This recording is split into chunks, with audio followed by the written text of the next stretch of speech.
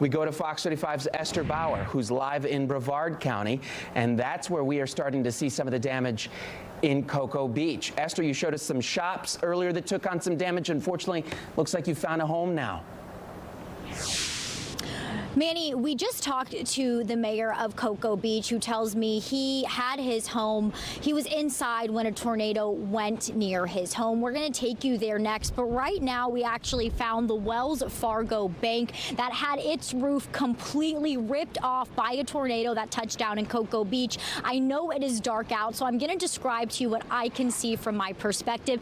Just a huge gaping hole just past the Wells Fargo sign. Pieces of wood sticking out where part of that roof was torn off by a tornado. I want you to take a good look at this gentleman right over here. This is a volunteer, and we have been watching him move so quickly, picking up whatever debris he can find from this roof and getting it into this garbage can. You guys were just talking about we're expecting those winds to pick up. He was concerned about a rain band coming through, so he is out here completely on his own, trying to get whatever he can, whether that's wood, the gutters, anything that's come off from this roof, taking it from the asphalt where it is and getting it into the dumpster. If you guys can walk with me. Oh, we're just stepping in some water. Got to be careful. Speaking of water, I want to discuss, we are smelling kind of just a bad smell of water in the area right now.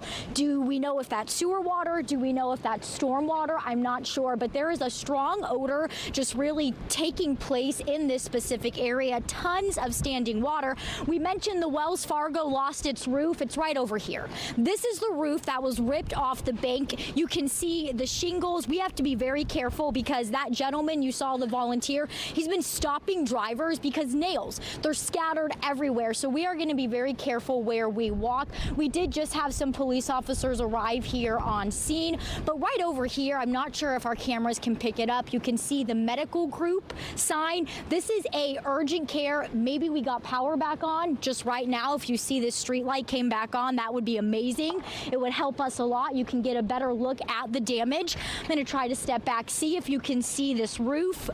You can see this tarp. This is all part of that roof that, like we said, if we just flip around, it came over from this Wells Fargo bank when a fast-moving tornado ripped through Cocoa Beach. Again, you can see that volunteer just grabbing whatever he can in his hands. He doesn't want to see any of this debris get picked up when the winds get even stronger and send that into someone else's home.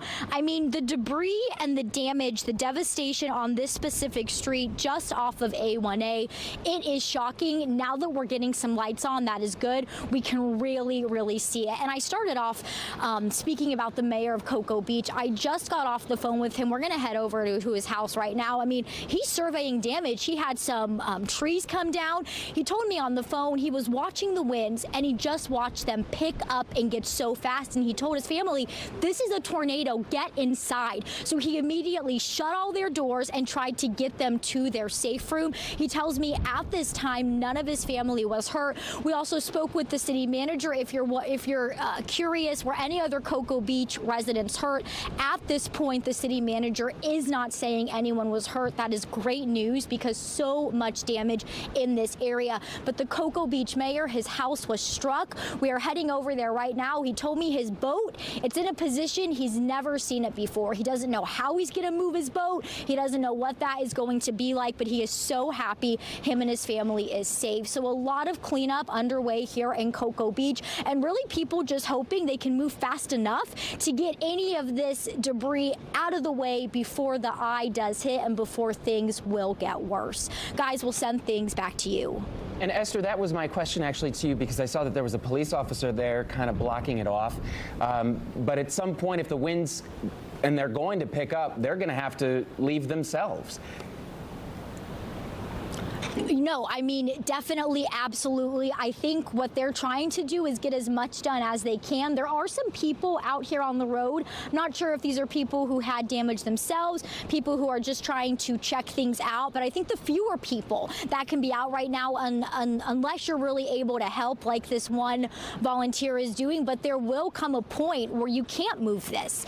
And hopefully they can get enough move where we're not going to see this shooting around and doing damage to someone else's home.